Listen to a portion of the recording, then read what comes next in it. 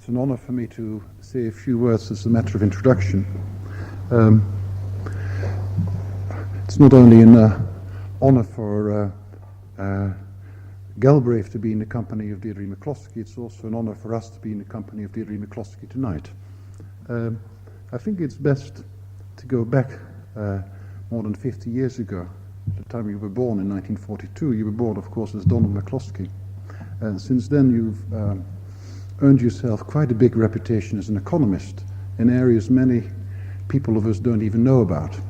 It's a bit like the adverts for Heineken in the United Kingdom. Heineken reaches the parts other beers don't reach. And it's also Deirdre McCloskey reaches parts of economics other economists don't even dream of reaching. Mark Blauk, incidentally somebody of Dutch origins, wrote a famous book called The 100 Great Economists Since Keynes. There was one lady, an old friend of mine who unfortunately died, Joan Robinson, and now there is a new lady, Deirdre McCloskey. But I was interested to find out, I mean, of course, your background is that you studied economics at one of the best universities in the world, Harvard. You also taught at one of the most exciting universities in the United States, the University of Chicago.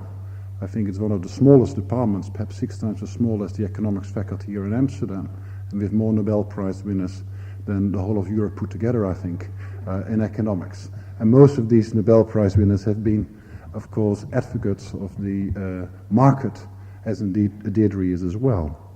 Since 1980, she's been a professor at the University of Iowa, and after a transformation from male to female, if I may call it that way, she's also found a second home, if I may say so, at the Tinbergen Institute. Incidentally, Jan Tinbergen is one of the economists she criticizes very much in her books, and I will talk a bit about it later as well, in the short time I have. She started off as a good historian, an economic historian. It's an area of economics, I immediately think of people like Douglas North and others, but she's obviously in that tradition. She's written important works on the economics of enclosures, creating the English open field system of agriculture. She's written on the slowing down of British growth during the Victorian period, and she worked a lot on the international gold standard during the 19th century. So these are good topics.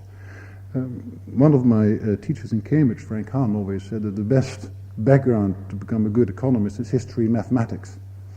So at least she's got the history, but she turns out to be a big critic of mathematics. In actual fact, one of the most famous books, at least in the Netherlands, I think most Dutch economists are not aware of your work in economic history, perhaps as much as your work on the Rhetoric of Economics. Partially that's due to your later co-author, Arjo Klamer, a child of the University of Amsterdam, I should say, who is now a professor at the Erasmus University. Maybe he'll come back eventually. And that's all about the art of convincing. Rhetoric in the Netherlands, unfortunately, often has a bad name, as I think reading the works of Professor McCloskey, I think is all about the art of convincing people. It's about the importance of talking. It's rooted in the tradition of John Maynard Keynes and many of the other great political economists. It's something many economists nowadays forget, although we should say that in the Netherlands with people like here, for example, Van Wijnbergen, who was not afraid of a bit of rhetoric every now and again as well. I suppose some would say that I'm not afraid of it either. But the main point you make is that economics is not an exact science. It's not like physics. It's not like mathematics, or in any case, it should not be like mathematics or physics. You say it should be not a subdiscipline of mathematics, it's an art. We were always taught, I was brought up, I'm trained as a mathematician, but I was always taught in Cambridge of the Marshallian tradition. And that's when you write a good piece of paper, you look outside in the world, you look for your problems there, not in the economic literature, that's very boring. You look in the world for real problems, and then you might have a mathematical model, but then you write it up like a journalistic piece so that you can convince the people, and then you throw away the mathematics. Well, in actual fact, what you can then do in order to get your PhD, to get your professorship at the University of Amsterdam, to get your publications, you might put all the mathematics in an appendix. I think at least you might approve of this typically perhaps Dutch compromise. I would say, I mean, you've often argued against a number of famous economists. I should think then, for example, the three Nobel Prize winners, Paul Samuelson, Lawrence Klein, and Jan Tinbergen. These are the big people who did mathematical models and econometric models. You won't believe it. I mean, I don't believe it, but in the Netherlands, you can't move around in The Hague, in the Dutch policy circles, without actually calculating all your ideas and road testing them on the econometrics models of the central planning bureaus. That's right, going back to the tradition of Jan Tinbergen. You think that's all like little chaps, males playing in the playground, and you're strongly against that for all kinds of reasons you'll explain in your lecture.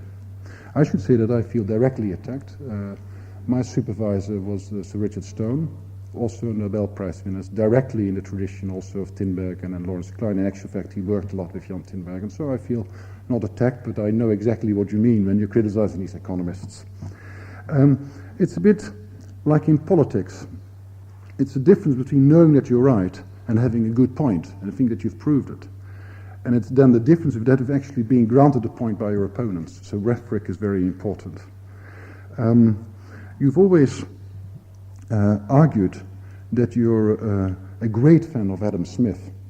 Adam Smith, typically by laymen, is often thought as the man of the invisible hand, as you leave everything to market forces and then everything will be all right. Nothing is less true than that. I mean, if any economist actually emphasized moral sentiments, moral values, it was Adam Smith. Adam Smith looked at externalities, looked at environmental problems, looked at problems of social cohesion, looked at the problems of the community. And since you've become, in recent years, moved more towards Europe, you seem to become less market-oriented, which perhaps a part of your anatomy, a part of your brain was perhaps indoctrined that way in Chicago, and now you're looking more at the values of the community and more of the social values. You also make a case for sociological values. In Holland we've got a famous economist called Bram de Zwaan, who actually wrote a big book called The Care of the State, and all his work is about a priest going around the community and say, well, if you give a bit of money to these poor people, and then they say, well, Jan Karl Geves gave a bit of money to these poor people, then you must give it as well. And there's all the try of convincing if everybody gives a little bit of money, then suddenly you get a social welfare state, and he describes how that happens over the centuries. It's a historical, sociological piece, but basically the economics of it is, of course, the economics of the prisoner's dilemma, and it's very important. It is perhaps that tradition, perhaps what you've been arguing for in recent work, is to look more at sociological values and not just purely economic values. You, of course, was born in 1942 as a male, and not until 1996 did you undergo a sex operation, and you came out as a she in your middle 50s. That must have taken a lot of courage, must have meant a lot in your personal life, also with your friends, your colleagues, and a lot of other people which I won't go into here. But you said somewhere, it said since the age of 10, Donald wanted to be Deirdre. Not until internet did you apparently meet other transsexuals. And now you will be together, as I already said, with the fabulous Joan Robinson in the famous 100 of Mark Blauk. I want to give one quote from an article you wrote yourself. Perhaps it's appropriate here in the Rode Hoed. You say, I have to come out. It's an article you wrote last year. I won't say where I got it from, but you know it in the audience around. It's actually an article from Lingua Franca. Unsatisfactory as it is, you will always know me as formerly Donald for lesser friends. It's the best I can do for the rest of my life. Those of you who view this in moral terms have my respect. Economists don't pay enough attention to moral questions. But anyone who takes moral to mean the law of Deuteronomy chapter 22 verse 5, for those of you who don't know it from the Bible, the woman shall not wear that which pertains unto a man, neither shall a man put unto a woman's garment, for all that do so are abominations unto the Lord thy God. They had better be a strictly practicing Orthodox Jew, lest you risk hypocrisy. End of the quote of Professor McCloskey. I think in here you show, as usually, a very good sense of humor and a strong desire to be taken as serious as an economist also after your operation. So your book, latest book, which most of you have here, I've seen it at least on many people's laps, is called The Vices of Economists, The Virtues of the Bourgeoisie. In Dutch it's called De Zondeval der Economen, published at Amsterdam University Press. It's about male sins and female virtues in economics. You make a case for a more female, less bourgeois way of doing economic science. You argue that the male sins are arrogance, aristocracy, conceitedness, and small-mindedness, and I'm sure I've forgotten a whole lot of other sins of males. Anyway, I feel very happy with this. Kind of, I always say hypocrisy is my middle name, but that's just because I'm half British. You make less clear what the female virtues are, except that you keep on stressing the importance of love. And then it's not love for the fact as a form of friendship, but not the type of friendship where it's just to serve something useful, as you see so often in politics, for example, or not just friendship for the sake of having fun, but a deeper form of friendship you call love, and you think that should be more important in economics. Indeed, Adam Smith rightly attacks Bernard Maniville. I always think of the fable of the bees, and for his support of the brute egocentric behavior. He also argued against the authoritarian views of David Hume and many others.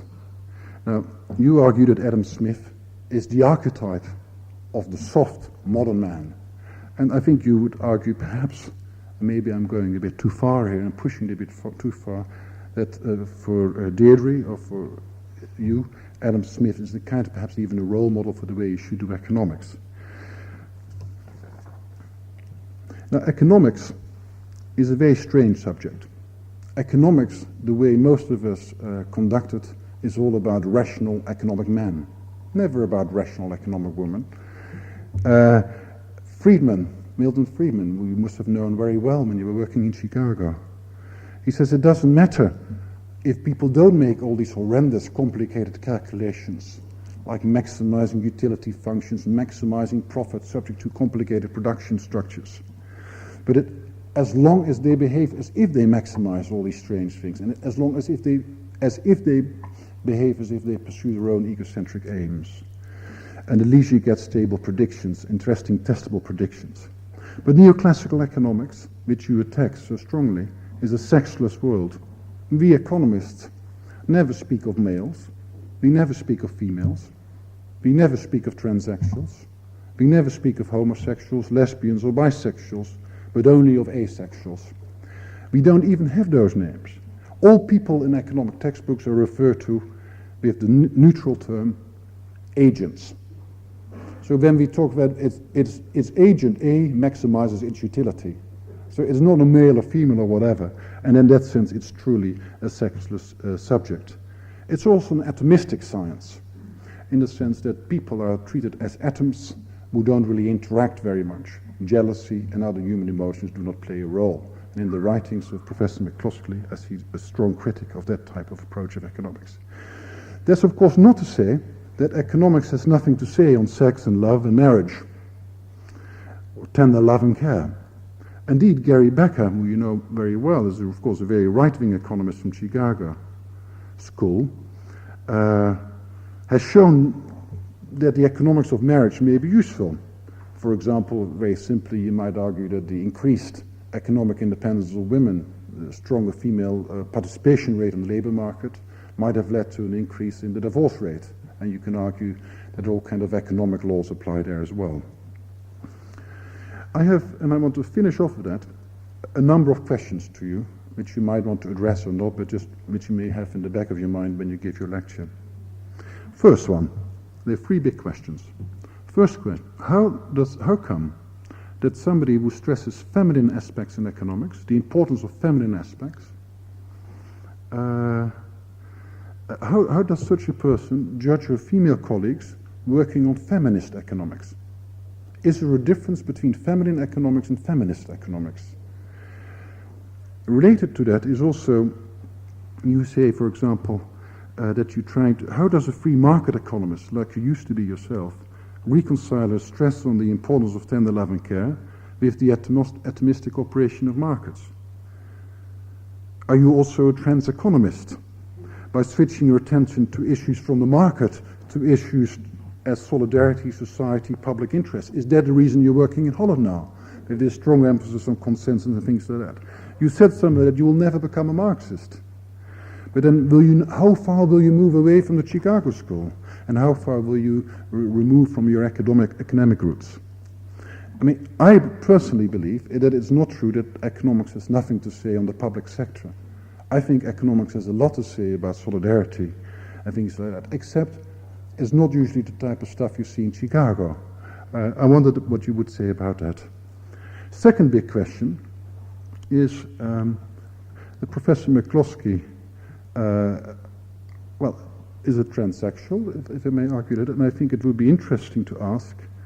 I've asked many people that, of course, transsexuality must be an innate urge, feeling and certainty of wanting to belong to the other sex from a young age.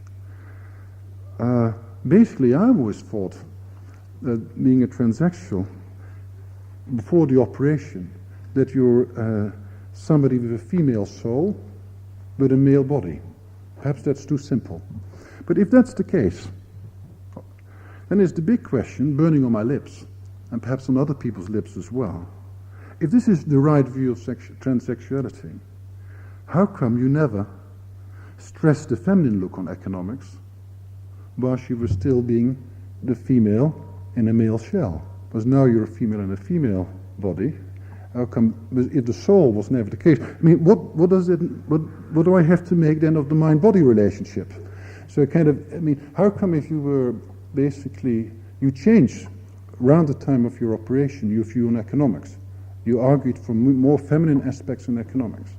Now, if the view of a transsexual is that you're basically a woman in the wrong body, and perhaps it's a bit blunt and a bit short-cut way of saying it, then how come then perhaps then in earlier years, maybe from the age of 20, 30, being such an eminent economist already, those issues didn't occur to you?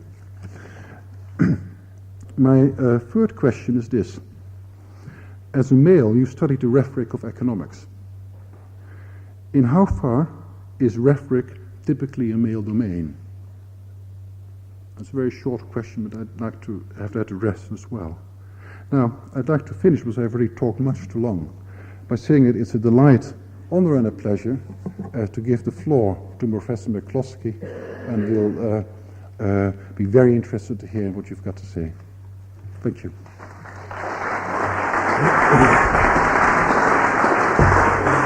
Thank you very much. That was very nice.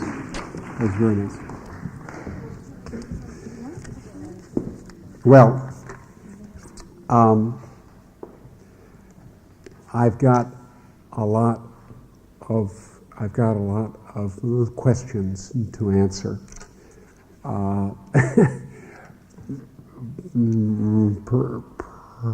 Perhaps I should simply go through with my speech, and in the course of it, perhaps some of those will be answered.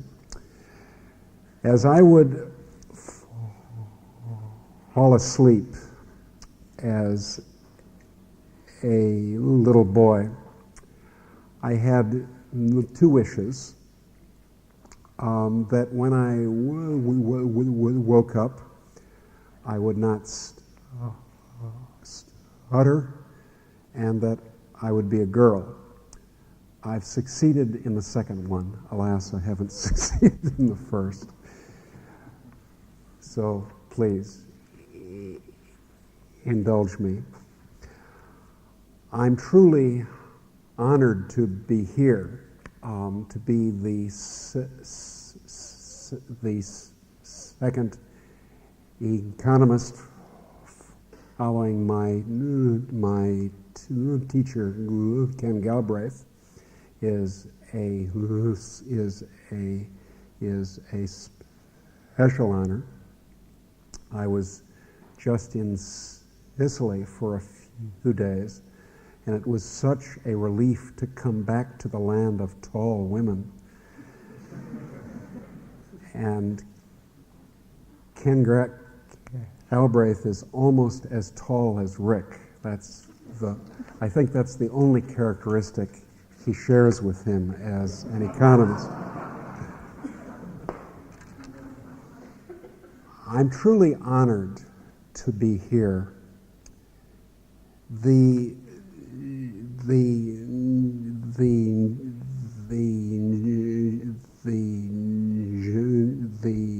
John Adams Society has been a magnet for real storytellers and real metaphor makers. That is to say, novelists and poets. I'm merely an economist, half conscious of the stories she tells and the metaphors she uses. Economists are half cultivated. I hope I don't show that too much this evening. They're the barbarians at the gates, savage and unsophisticated. But they're much too important to be left outside the gates of our culture. And that's my broader theme this evening. I have a personal story that might make clear what I'm saying this evening about these barbarians who I love so much. When I was a man and I asked, "Who am I?" I answered, as men tend to do, with my occupation. I am an economist. I still am that, a conservative, mathematical, quantitative economist of the Chicago School. Milton Friedman, Margaret Thatcher's spiritual advisor, is a personal friend of mine. Capitalism is wonderful, in my view. I'm not a trans economist. I was a Marxist. I'm not going to become one again. These days, I answer the question, "Who am I?" as first a woman, and then a free market feminist. Now, being a woman does not mean wearing pretty clothes and being an ornament, although, hey, I'll take it. I admit I've become a real gatherer in contrast to my earlier hunting behavior, and I'm only truly alive these days in two places: in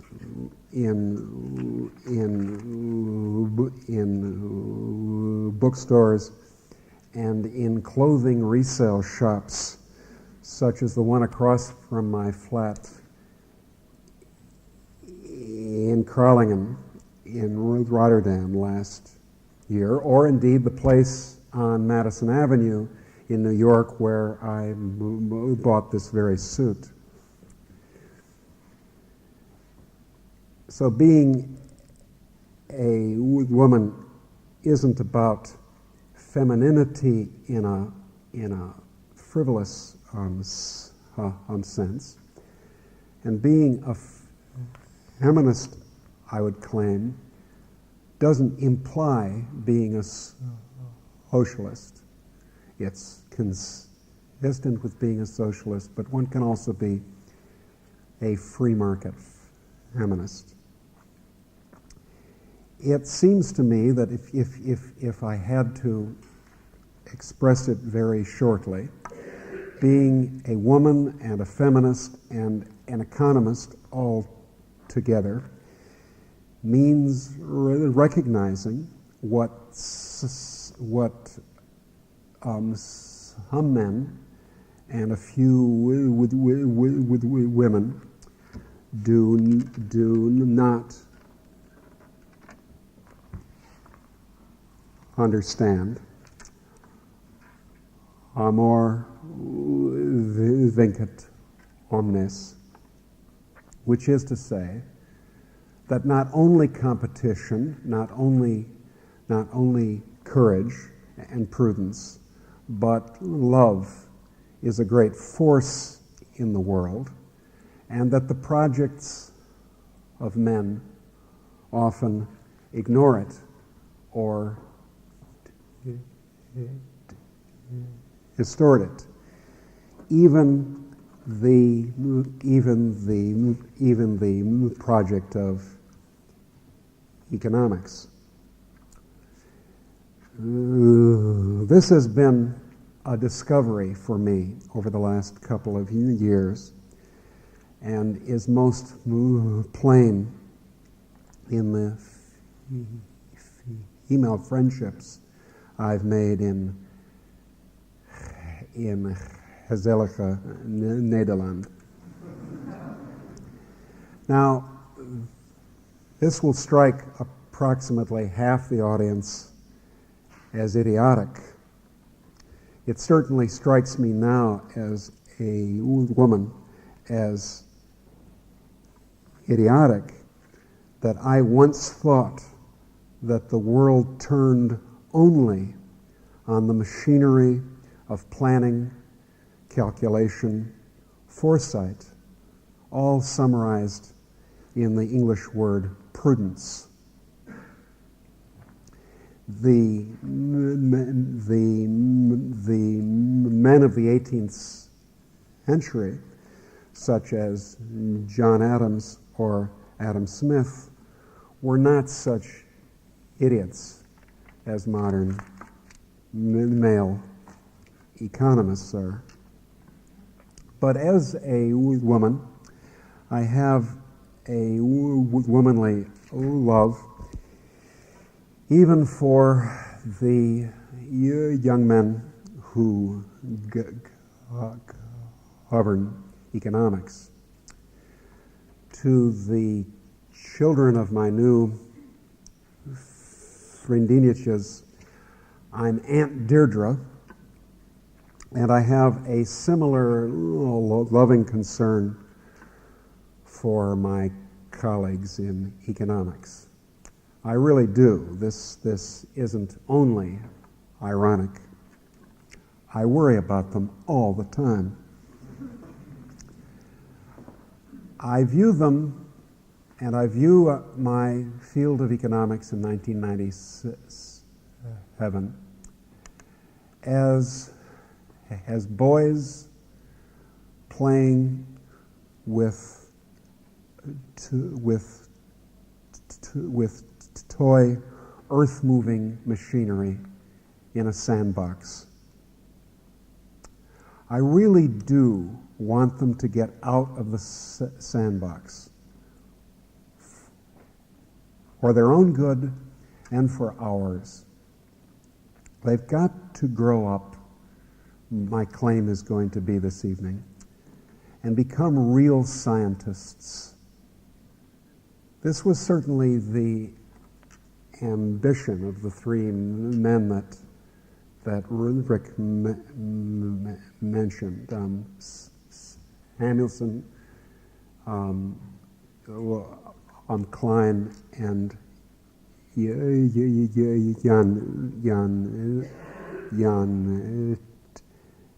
Jan Tinbergen himself. But there's been a terrible tragedy in economics in the last 50 years. I know it's hard to think of such an arrogant field as economics as having tragedies, but it has. The tragedy is that the scientific vision of these men of the 1940s has been spoiled utterly. It's been ruined. It's a catastrophe. It's an intellectual disaster. It didn't work. It's not their fault. They were superb scholars, superb economic scientists. All of our intellectual grandfathers. There were very few intellectual grandmothers. But for reasons having to do with such things as the accident of the scientific prestige of a certain kind of mathematics, small mistakes that they made in the style of Greek tragedy in the 1940s have become intellectual catastrophes in the 1990s. To put it another way, economics wants to be and certainly should be a science. There's no reason at all that it can't be as scientific as geology, a field invented in 18th century Scotland at about the same time. There's no reason at all. It's not true that you human beings are inherently harder to be scientific about. But the problem is that in the last 50 years, economics has not broken out of philosophy as a science must. Physics broke out of philosophy around 1600, thanks to the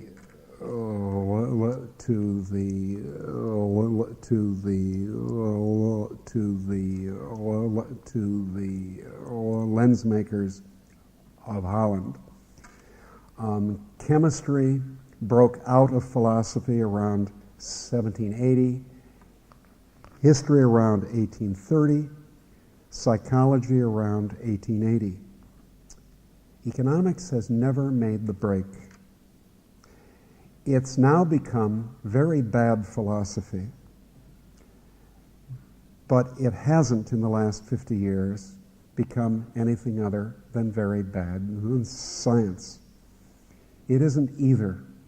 It's not philosophy. It's not science. How does a field break from philosophy? This isn't an anti-philosophical argument. Philosophy is a fine thing, the mother of the sciences. But how is it that economics, or how is it that economics or any other field is to make the break with philosophy? It's very simple. It's asking always how much, how big. It's quantification. It's thinking quantitatively that makes a science a science. Now, this will sound paradoxical to say that the economic science of the last 50 years has been, from the scientific point of view, has been from the scientific point of view unscientific, has been philosophical, because it looks very quantitative. It's statistical and mathematical and claims to be useful for social engineering. But the boys' game in the sandbox has developed the usual trouble of games of boys. They've become fascinated by the rules. They've become fascinated by the machinery. They've stayed in in the sandbox, though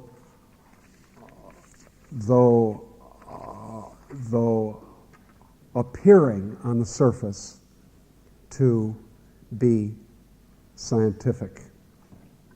Now, there are three ways in which they've become philosophical and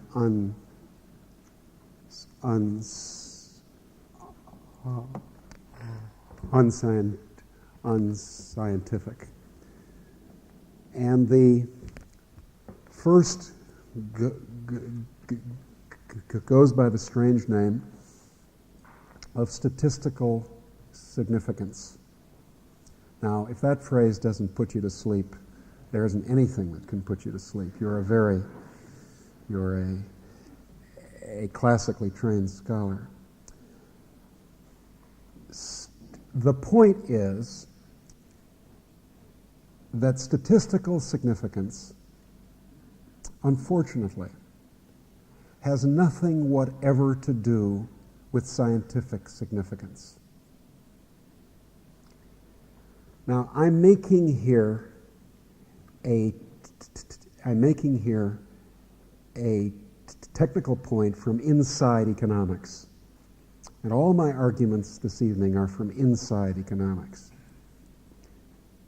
This assertion I'm making is one that all sophisticated theoretical statisticians agree with. It's a very old point. It's not original with me. And it's not especially, and I want you to understand this, it's not a complaint of a humanist against statistics. That's not what I'm saying. I'm not against mathematics. I'm not against statistics. I'm not against public policy. I'm against the boys' games associated with each of these. And statistical significance is a boys' game. I'm complaining as a quantitative economist, as an economic engineer. I'm trained as a transportation economist at first. That's how I first supported myself. I'm complaining that my colleagues don't take seriously the one important scientific question, the one question that distinguishes science from philosophy: how much? Statistical significance, believe me, if some economist or psychologist of your acquaintance contradicts me on this, be assured that economist or psychologist is mistaken. Statistical significance is an error, a great error in the heart of the empirical half, the so-called empirical half of economics. In other words, the apparent quantification is phony. It's not fraudulent in the sense that the people engaging in it understand what's wrong. No. Incredibly, they don't understand. I get very agitated when I think about this. Excuse me, I'll try to be calm and bourgeois about all this. That's the first complaint, that's the first vice. The second vice can be called existence theorems. And it's here that economics shows most plainly that it hasn't escaped from philosophy. In the Department of Mathematics, it doesn't matter how large things are. And that's somewhat surprising to an outsider to mathematics, because most of us think of mathematics as having to do mainly with calculation, being precisely about how large things are. But since the Greeks, what the mathematical strain in our culture has most loved is proofs of existence, is proofs that something exists, though it may be trivially small. To show that there is no right triangle, there does not exist any right triangle conceivable that does not follow the Pythagorean theorem, is one of the great triumphs of the human intellect. Pythagoras is said to have sacrificed 500 oxen when he discovered it. I think these people weren't thinking quantitatively. But it's a mathematical, or to put it in my own terms, a philosophical triumph. In practical terms, it would be just as good for all human purposes if almost every right triangle followed the Pythagorean theorem.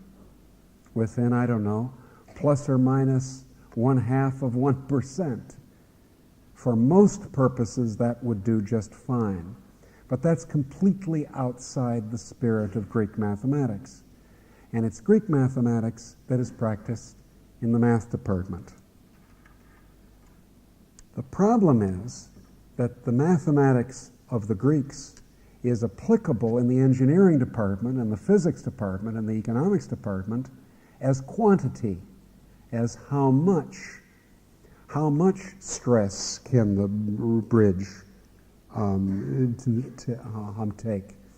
And the problem with mathematics in economics in the last 50 years is not that economists are mathematical, but they're not engineers enough.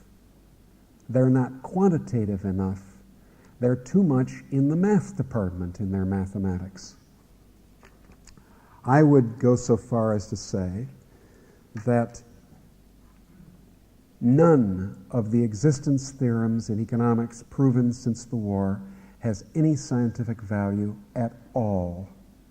They are useless.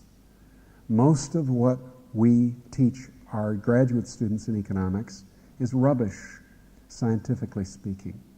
It's interesting as philosophy, it's useless for any piece of actual science.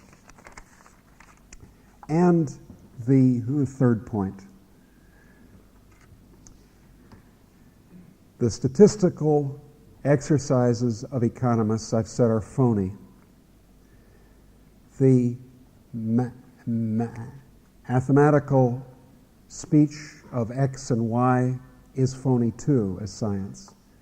And the social engineering is largely phony as well. If economists don't stick to how much and instead stick to philosophy, it's not going to be surprising that their social engineering isn't going to work very well.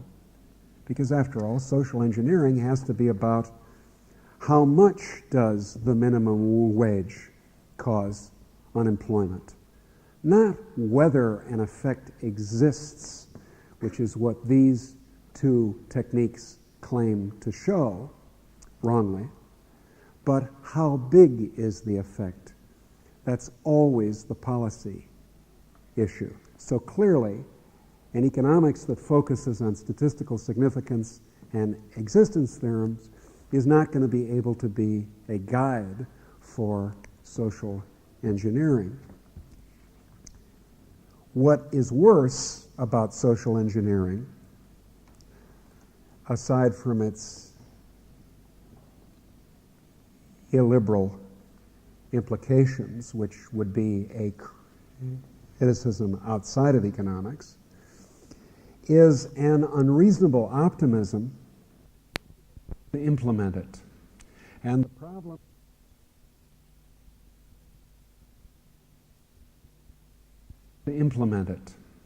And the problem is very easily explained. It's what I call the American question.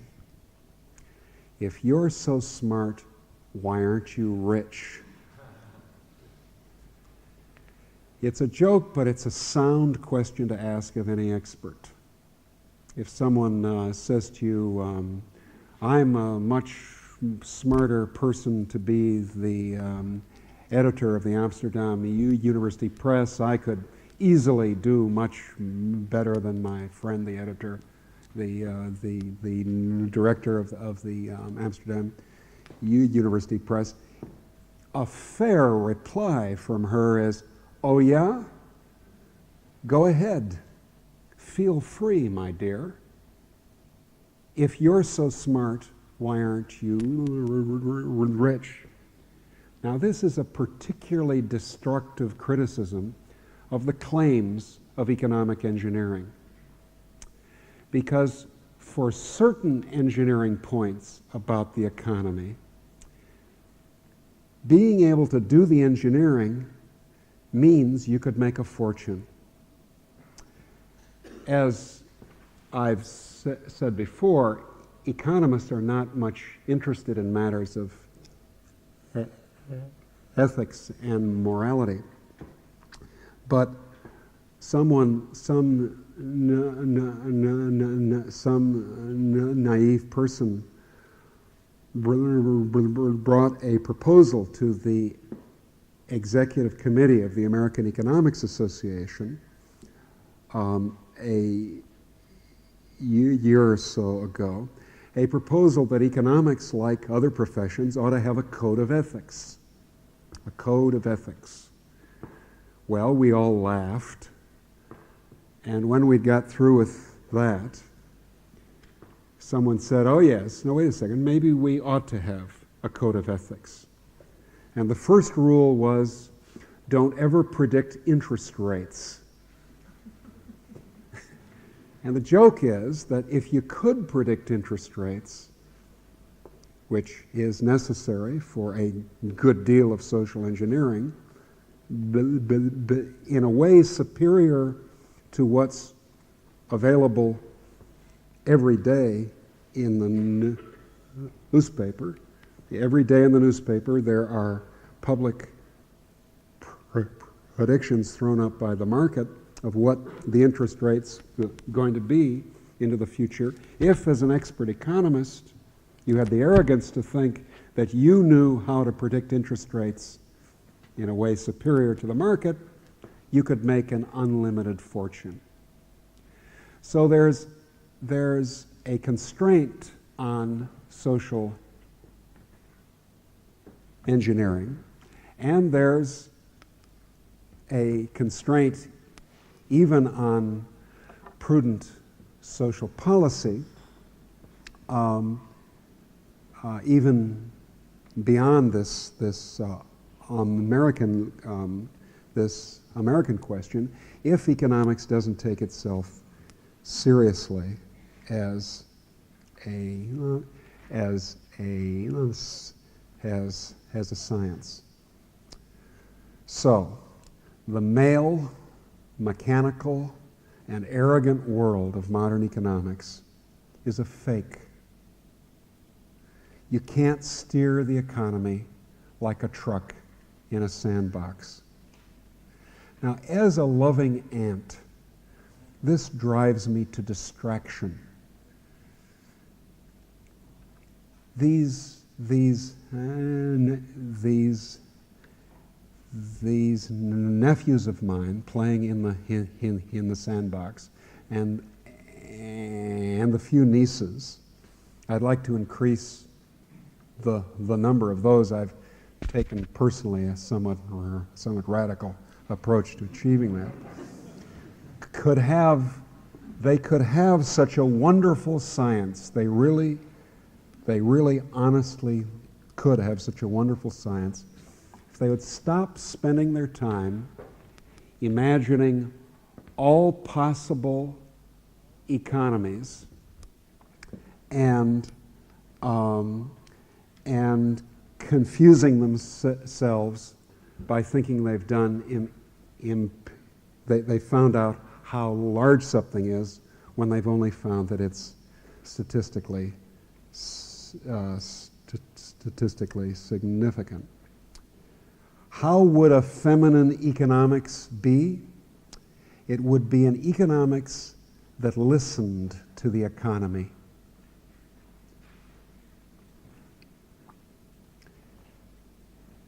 So economics could be more feminine or better androgynous and bourgeois. I regard the word bourgeois as a term of praise. It could be something other than the aristocratic, ear-improving or social engineering, or the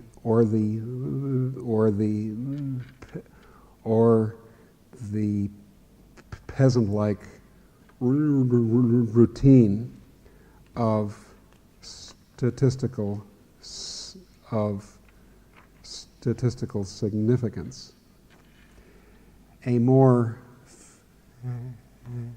eminent economics, an economics that heard the economy, that observed with the care that a female scientist like Barbara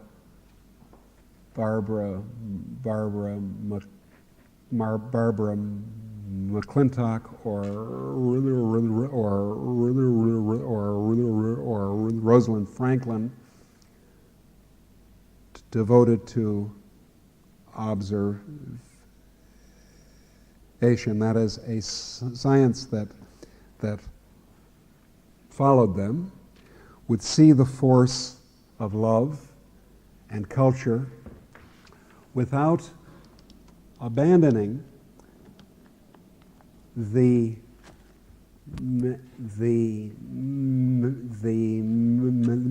main focus of economics since Jeremy Bentham, namely the sole virtue of prudence. And economics of this eminent character, at least eminent by the definitions of the end of the 20th century, would be a lot like the Dutch society that John Adams lived in the 1780s, and in which John Quincy, by the way, flunked out of school here in Amsterdam. It would be similar to the Scotland of about the same time, in which Adam Smith invented an economics embedded in moral sentiments. It would be capitalist and bourgeois, this economics, yet it would be loving. It would be quantitative, yet it would be literary. It would be seriously scientific, like history or geology. Instead of being, here I conclude, a boys' game in the sandbox that's going nowhere, that's not coming to scientific conclusions, that isn't advancing, something that ought to alarm us all. It would be a science for men and with women, for after all, it's among our purposes, we women, to keep the men on the point. Thank you.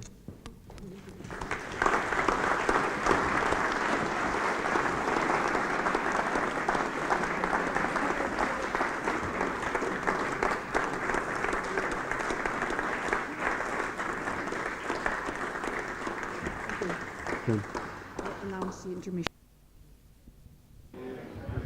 Thank you all for coming back after the interval. I think that's an honor to Deirdre McCloskey and a statue to the interesting part of his talk. Sure. And now it's time for interesting questions. I've got loads of questions here on the table. I haven't even had time to order them. But I'll start with a few questions on the sheets of paper, and then I'll try to intersperse them to make the debate a bit more lively with people who can walk to the microphone or can just stand up and actually address the questions directly from the audience, so that it should be a bit more fun. But I'll start with one of the first questions here, which I got on a piece of paper. Unfortunately, it hasn't got a name on it. And that asked Professor McCloskey to actually explain what's the difference between statistical significance and scientific significance. Isn't it true that it's a bit Popperian approach you often see in economics, that most econometricians would argue that you can't prove anything, you can only reject particular hypotheses. So what's exactly the main point of your critique of statistical significance? Well, it's as I said, this is a technical point inside economics. Here's a good way to explain it. It's not in fact inside economics. It's inside statistical theory. Here's a very good way to sort of grasp the essence of this. There was a Swedish study just completed of the Mediterranean diet, and it has good news for us all. Olive oil, cheese, wine, the fruits of the south, fish, fat fish are good for you, okay? And it was a controlled experiment. So they had a large number of Swedes who they somehow persuaded to adopt a Mediterranean diet, and the others they allowed to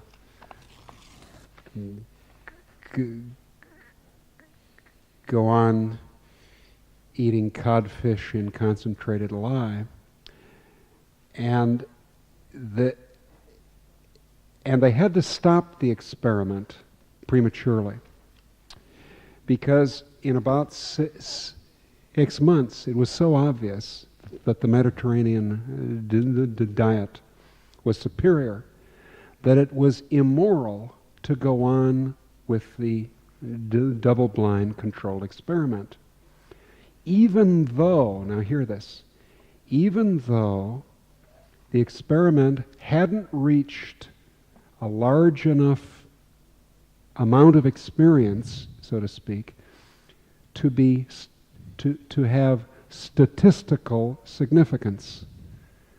Now that'll give you an idea that there's something terribly arbitrary about statistical significance.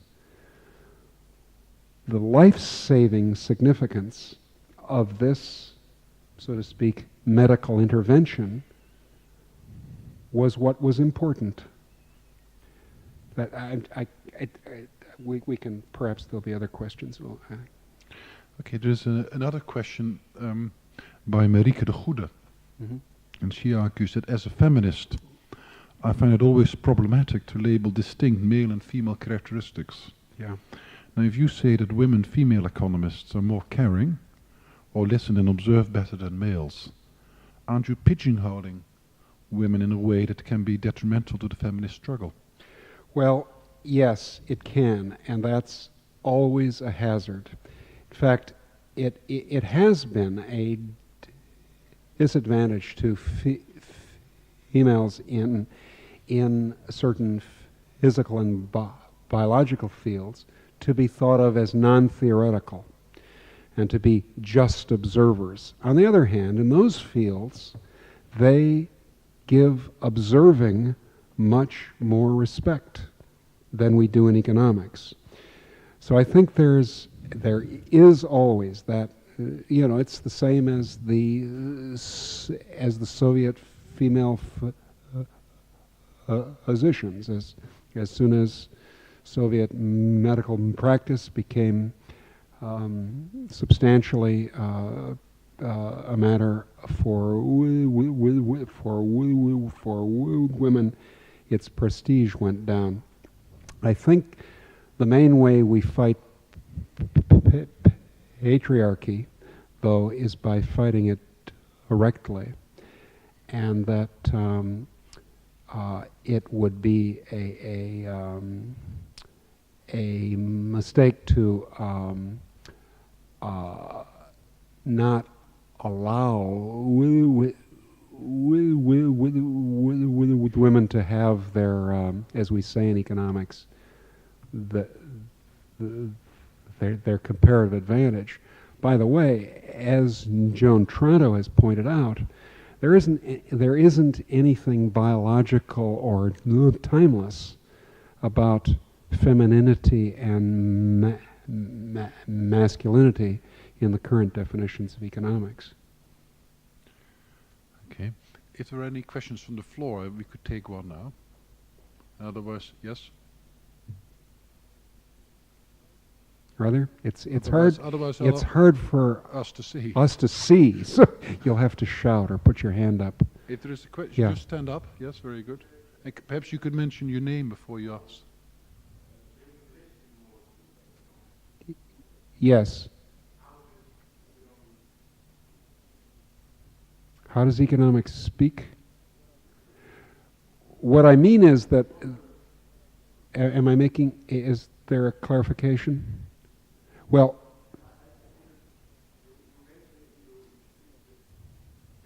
yes. Yes, they do. Yes, we do. Yeah. Yeah. Well, I in the current state of economics, no one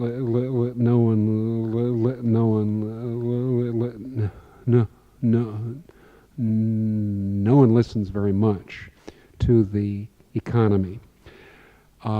Statistical significance has made it hard to hear anything, but I think it's true in the at any rate in the current state of our culture that women listen better than men do. What?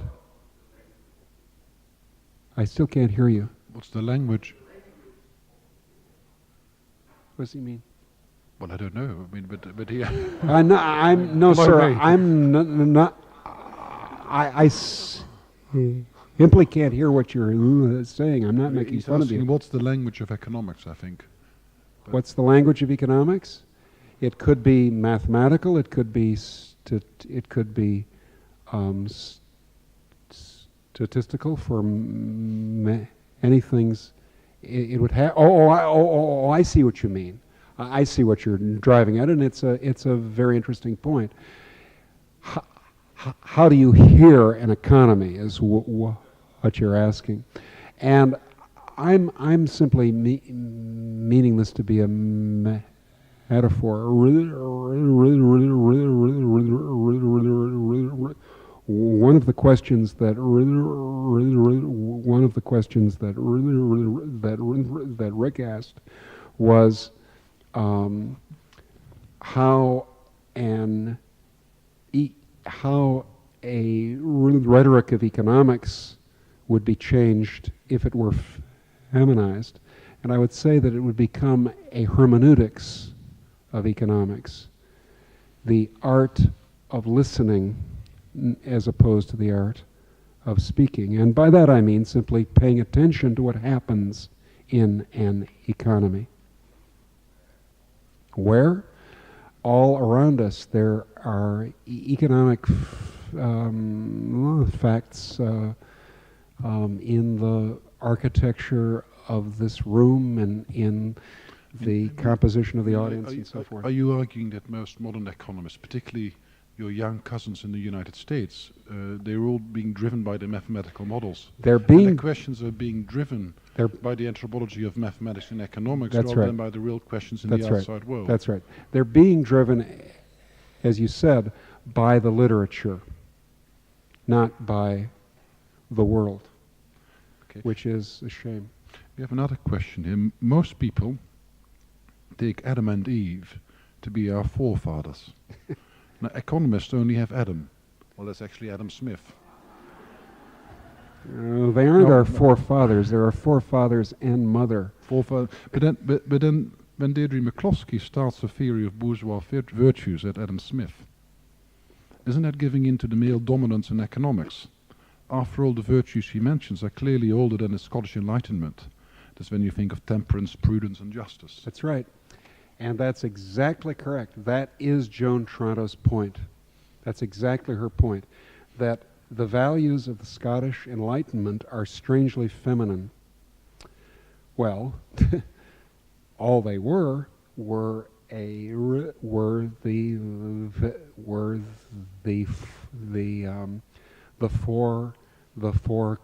four classical virtues conjoined with love. I've got another question for you, which is related to one of the questions on the table. I mean, you've turned out to be a severe critic of social engineering. Yes. That's very much the Tinbergen and Klein Samuelson school. You take an econometric model, you tinker a bit about with it, and then out comes your policy, and then you can test it. That's exactly what the Dutch government does all the time. Yeah. Now, how do you react? Well, it's actually that's the way we do it. And I mean, no political party can actually proclaim to put something in the election manifesto without being a road tested on one of these econometric models. You'd shiver, and you'd think this is completely crazy, presumably. Yeah, right. Now, how do you react to an economist like Friedrich von Hayek, who put a lot of emphasis on language? I mean, a lot of his work is on language. I remember he's talking about weasel words, like the word social. He even called a weasel word. It's something you can add to anything, like social democracy, social geography, social laws, social justice. It basically, weasel word is something you can add to another noun without actually changing the meaning in any way at all. That's the word social. I don't think people in my political party like this very much, but how would you react? Is also being a free market feminist, would you then argue that Friedrich von Hayek was somebody who did economics in the right way? Well, no. For one thing, he's unspeakably boring. But I have great empathy for the Austrian school. But the problem is that they were then, I don't think this is true anymore, uninterested in explaining the world in a quantitative way, and that seems to me to be unnecessary. I think the truth in large-scale econometric models is that simulation, trying things out quantitatively, is a very sensible way of economic thinking, and has been important since the English political arithmetic of the 17th century. And the adamant opposition of Hayek and his school to any quantification was unnecessary. Mm-hmm. I mean, related to that, was one of the other questions argued that a lot of social engineering really amounts to a top-down approach. Yeah. You tell people from the top what they should do, and it's basically you pull a lever, you raise a tax, or you put government expenditure up, and then the employment will go up and the economy will be very happy. Yeah. Are you arguing for a more bottom-up approach? Yeah, it's called the market. Mm-hmm.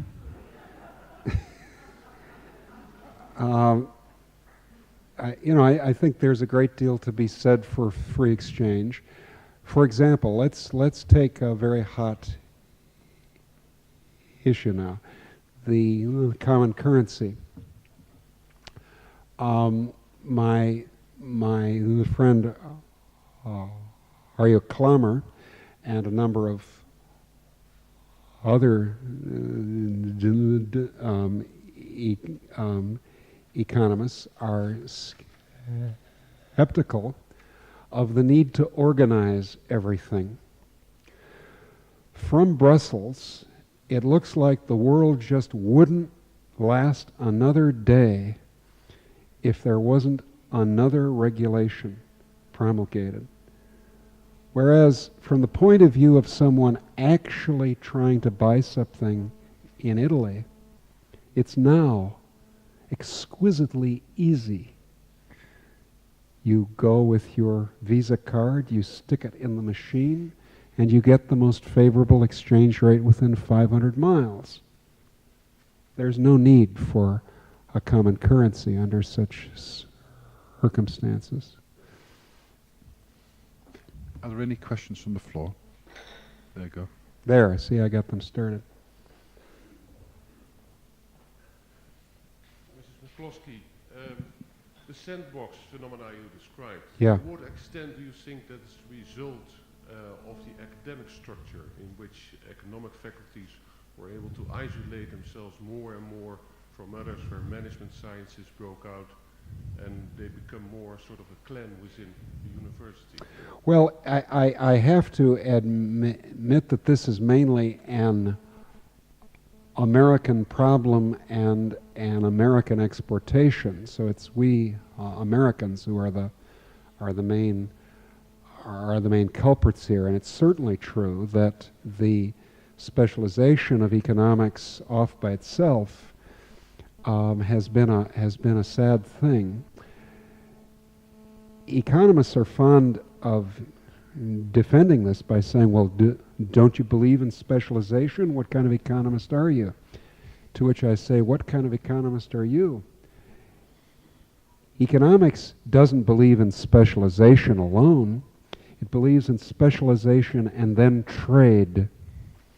You don't do well by making ugly Kelly green shoes that no one will buy and piling them up in the backyard. You specialize, then you exchange with others. So yeah, I think it has to do with the academic structure, and it has to do with the. I'm not sure it has to do with sociologically. It has to do with the frantic expansion of academic life in America after the war. It's a sad story. Other questions from the floor? Yes.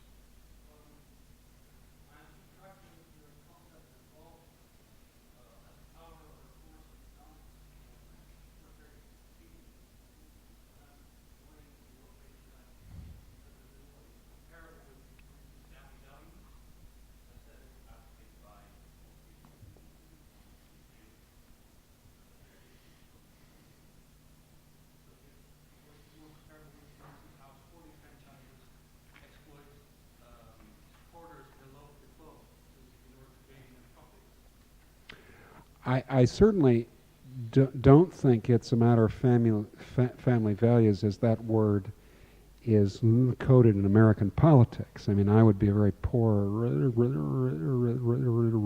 representative of that view. But if by family values, if we try to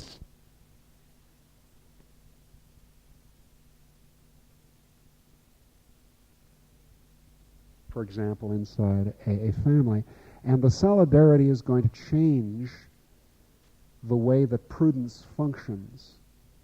An easy example of this is voting. Many political scientists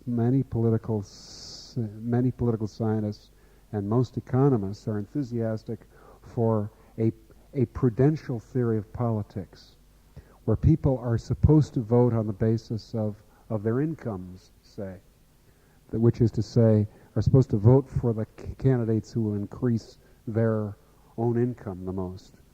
And the trouble with that theory is that in order to go to the polls in the first place, they have to be mad. They have to be insane. least according to this strange theory of behavior, because it's imprudent to show up at the polls at all. It's clear that we go to the polls out of love, out of, as it were, family values. Not a civic duty. Yes, out of civic duty. But is that civic duty, is that particularly feminine rather than masculine? Isn't that just human? No, it's not. If we're going to speak about family values, we should speak. We have to be careful about these analogies of a family to whole large communities. But I'd better not get into that. I don't think it's close to the point. There's another question from the floor. Relates to the earlier question. From Hans Abing. Yes. Yeah. There's a family aspect involved there, so it's sort of small scale love, and we could always explain it in terms of self-interest, but it's probably not useful to do that. It's probably better to keep it as a separate category. I agree. I would like to move this to a whole society. Then we would probably rather speak of solidarity instead of love. Yeah. There as well, there's an aspect of self-interest, as Abraham de Swaan has shown and Rick explained earlier. It moves to ever higher levels of authority. Mm-hmm. So that's where the public economy comes into being. I don't think you would deny some sort of space for a public economy next to the markets, or would you? Well, I would want... As you are interested in love and solidarity. I would... There's a problem that we...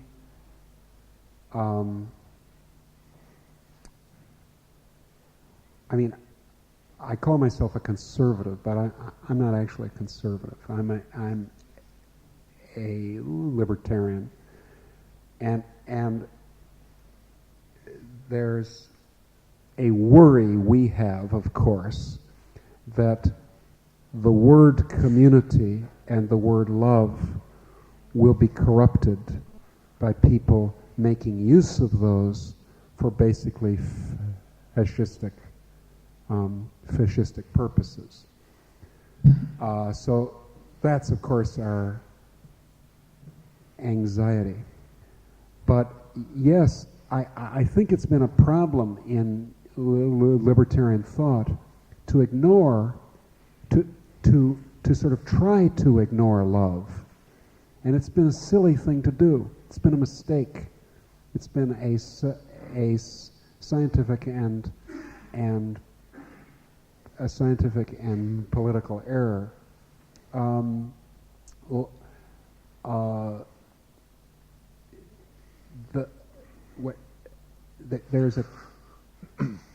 There's a crucial point here, Hans. Marketplaces are conventionally thought of by most intellectuals these days as places that are defined by the absence of love. And Aryo and I and you and lots of other cultural economists are coming to believe that that's silly. That in fact, marketplaces can generate love,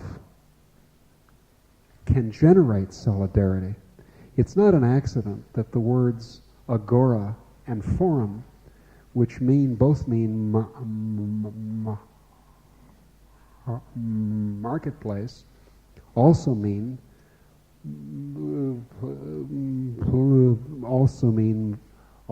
places of free discussion. But isn't it the case that in the United States, Europe has a bigger welfare state than the United States, but in the United States, that the act of giving charity, also financially, is developed at a much larger scale than in Europe. Yeah, there isn't any question about it, and it's strange because it's always been true. It always doesn't all last as long in America as it does here, but. It's been true for a long, long time. There are thousands, as you know perhaps, there are thousands of small colleges small and large, all over the United States, that were not formed by states, but were formed by individual millionaires or individual not very millionaires. There's a enthusiasm for public charity, a gospel of wealth, as Andrew Carnegie expressed it, which in a society like France, for example, is completely dead, because in France for many centuries one could say, I gave at the office. Okay, there's here a critical question. Maybe it's not critical. I don't. You want so I read it. You want economics to be more scientific. I do. But you did not talk at all about the use of economics as an ideology to cover short-term interests in modern society. Yeah. So that's not me, but it's the question. The questioner. We understand, Rick. I don't have any questions. I mean, I'm getting completely confused here. We understand indirect speech. Okay. You understand, but I don't. I agree with your emphasis on the need for love and the necessity for men to grow up. Yeah. And that something comes underlined, so I'll say it a bit louder. But what do you propose to achieve those goals? Not only economists, but many men in Western society today have remained children. They are spoiled. So what do you actually propose to change that? Well, the first part was about, what again? Give it to me. The first sentence was crucial. You want economists to be more scientific, economists, but you did not talk at all about the use of economics as an ideology to cover short-term interests in modern society. Yes, but it's certainly true that economics in all its forms, to the left, to the right, to the middle, up, down, is ideologically freighted. And that's, of course, that of course makes it harder, I guess, to be, of course it does, to be scientific. But scientific, of course, doesn't mean unengaged or unimportant or not something that is essentially contested. So I'm not frightened by the word ideology. I'm not appalled by it. I have been actually in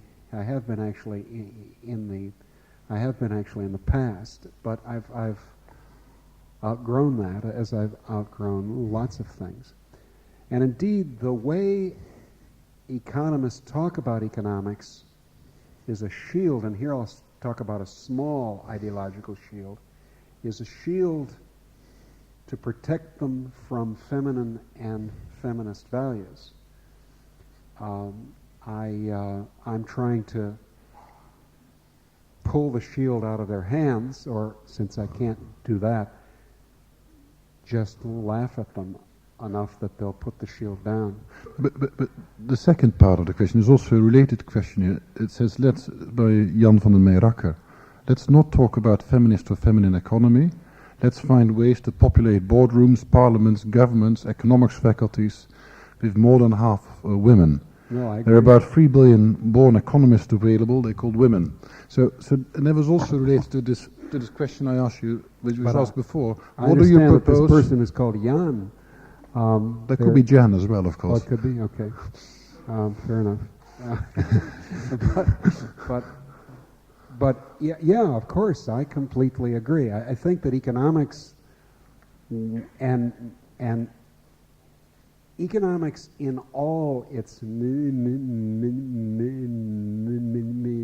economics as a sort of the academic specialty that I've mainly been speaking about this evening, or economics as political economy, or economics as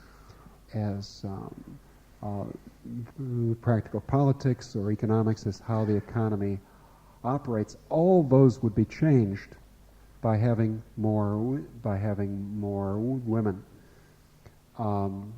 Margaret Thatcher and Golda Meir to the contrary notwithstanding. Yeah. Any more questions from the floor? Yes, in the back.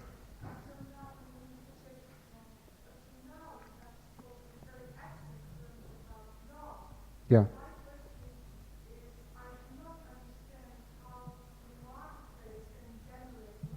Yeah.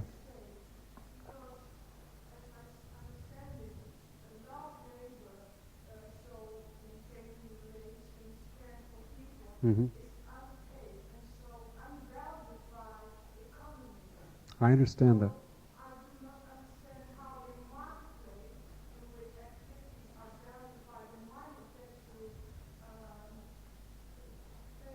I understand. Well, what you say is true, that there are some forces in marketplaces that work against love, although you will agree with me, I'm sure, that there are forms of love that are suffocating and bad. They become an almost economic form, or a conventional economic form of love, where the loved one is absorbed into the identity of the lover. So the caretaking, is all I'm saying, is not always desirable. I'll speak very personally. I was personally the subject of some very tough love by my sister, who had me committed twice for insanity. I'm not insane, I'm transsexual, because she didn't like me changing my gender. And she didn't do this because she hated me. She did this because she loved me. So Hitler loved Germany is a kind of a short, but I don't mean though to disagree with you, because it's perfectly true that some parts of market activity will devalue love. But other parts, and this is all I ask you to consider, other parts encourage it and make it possible. Ask yourself who you love, and you'll find that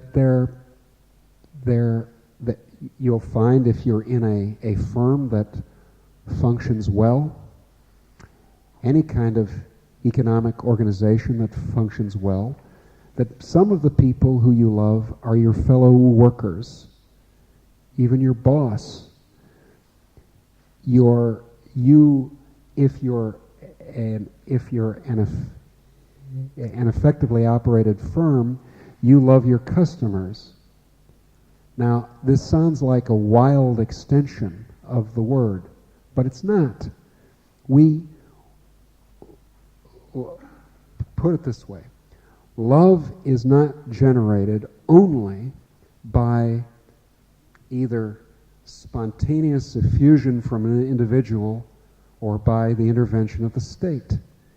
It's also generated, encouraged, in part, by the marketplace.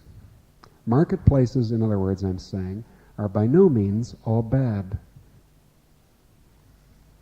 Any more questions from the floor? We have perhaps this first one question from the side, because perhaps you could say your name first and then. When you're talking about economy additioning to the economy, Yeah. we then imply that stock market would be the most feminine marketplace. That's a good point. Yeah. Yeah, it's interesting. In consequence of that, do you think then that the regions or the countries where the marketplace or the stock market has taken a larger importance, then charity has also taken a larger importance in Well, it happens to be true, but that is, it is true that the stock market is important in America, and America is an extremely charitable country. These come from very different parts of the economy or of the society. It's fairly obvious that charity in America comes from its churchly traditions, whereas the stock market doesn't come from churches. Although in the Middle Ages it did.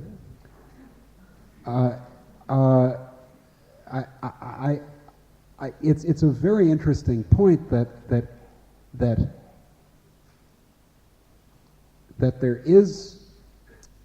there's certainly something middle class, and there may even be something feminine about speech as against silent action. At any rate, again, in our culture now, the silent, strong type is thought of as masculine.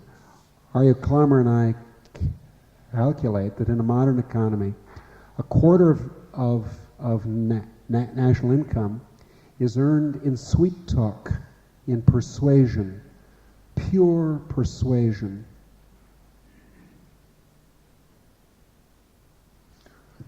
One more question. The person who was first in line.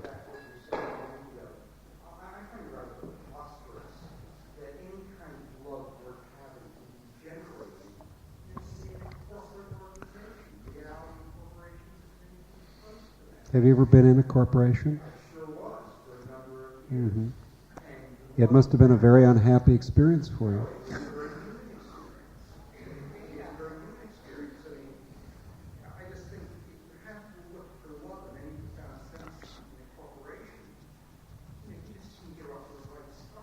Well, no, wait, now look, now come on, let's not get overheated here. I'm not saying that the only source of love is the corporation. That's not what I said. No, that's of course not what I said. But I said that it's wrong, it's even silly to claim that a corporation or an army, let's take a closely parallel example, can't produce love. Armies do produce love. That's how they operate. That's how they get the guys, foolishly, in my view, to go over the top. Because they love each other. It's a homoerotic heaven. And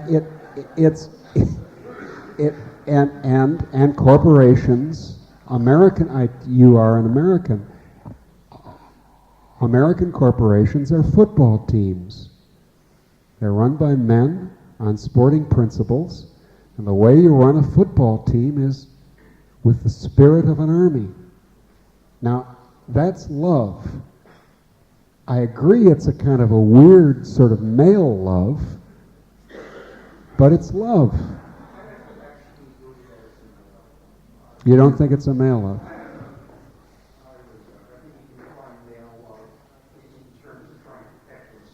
No. Yeah.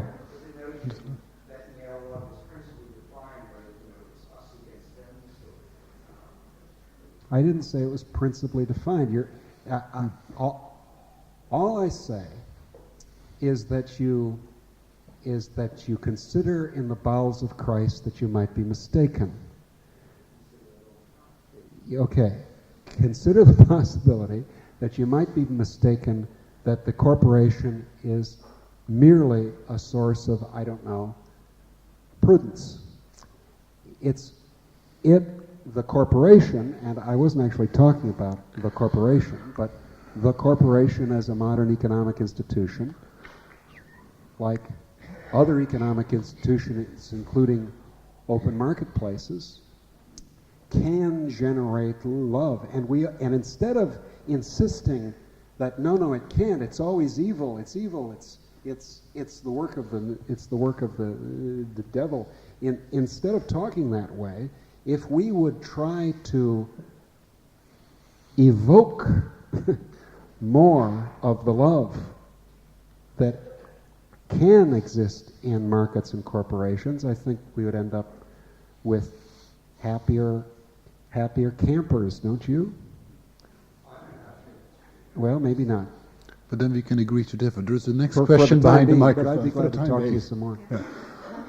I would like to ask whether you are in favor of omitting gender in advertisements, application forms, and even your passport. Well, I'm always inclined when in the forms they say sex to say yes. That's a good bit of advice. I feel very strongly about this because I was mercilessly hassled by the American Department of State when I was to come to Holland as a female. They wouldn't give me a female passport. And my view is that it's no business of the Department of State how I identify by gender, no more than it's their business how I identify by politics or the flavor of ice cream I like or anything else. They should keep their noses out of it. No, Do you, I take it you agree? no age discrimination, No gender discrimination. No microphone discrimination. God, I'm with you. There was one question there from the sign, and it'll be the final question. Are you going to argue which is... You may not get a chance afterwards. It should. It's very appropriate that it be a woman.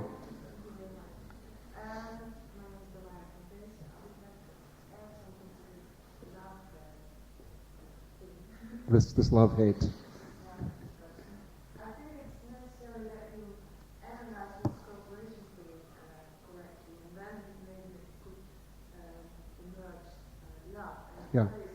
if you nowadays, if you make a car, you don't make it yourself, the whole car. So buy this labor decision. Yeah. Who's earning my income? That's the question. Yes, And I don't earn my own income because I don't make the whole car. I agree. Because you make the roof, you make Yep. the other tire. It's the others who earn my income, and I'm part of giving the others their income. That, if you analyze that correctly, then you get sort of love into I think that's extremely important. Modern, or even almost any kind of economic existence involves cooperation. We're fond of speaking in economics incessantly of competition, which is embodied in the male virtue.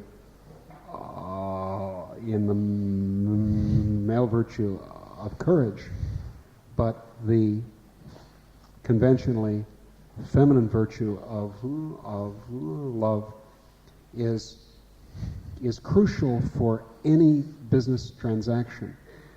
There's a large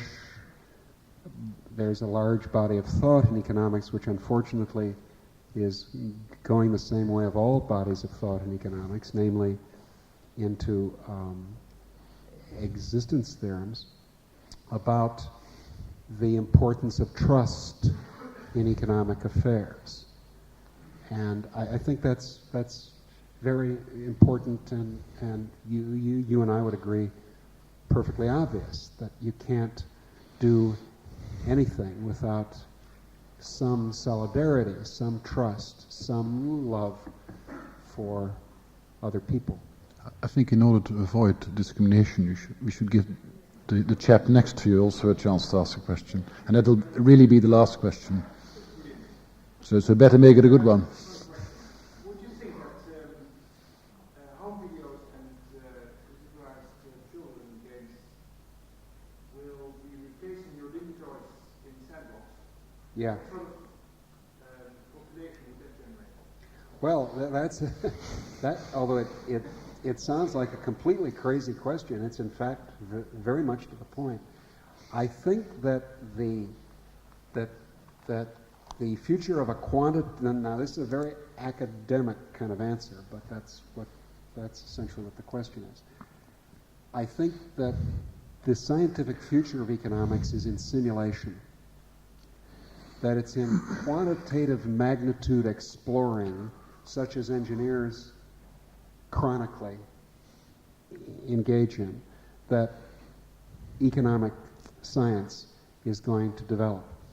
I think, by the way, this is true of all sciences. I think the Greek idea of mathematics is under a sentence of death by computation. Cheaper and cheaper computational devices are changing even the way they do mathematics in the mathematics department, and it's going to change the way economists think about the world. We're going to think more of emulation. We are going to be playing games, but I hope, I pray that we'll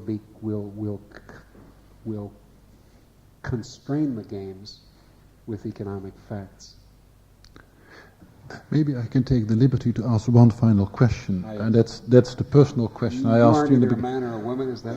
I'm neither a man nor a woman. No, but I can't let you go. I can't let you go without answering that question. Yes, go ahead. I mean, it's quite clear that in the last 2 or 3 years that you've given more emphasis to love, cooperation, trust, and moral sentiments in your work. Yeah. It so happens that it coincides with your change from a man to a woman. Yeah. Do you feel any regret that in the 20 years before, perhaps even longer, as a professional economist, that you would have wanted that you would have spent more time on these important topics? Yes.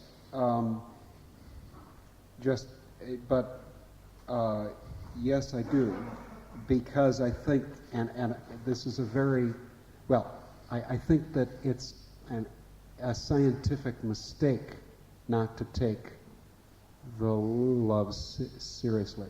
So even as a man, standard Chicago school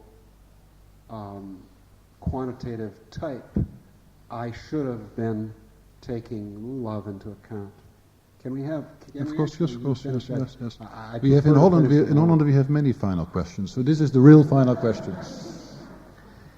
Maybe as consolation, I don't have a question. I come up with a statement and follow it by a question to be polite to Mr. McCloskey. I'm a transsexual too.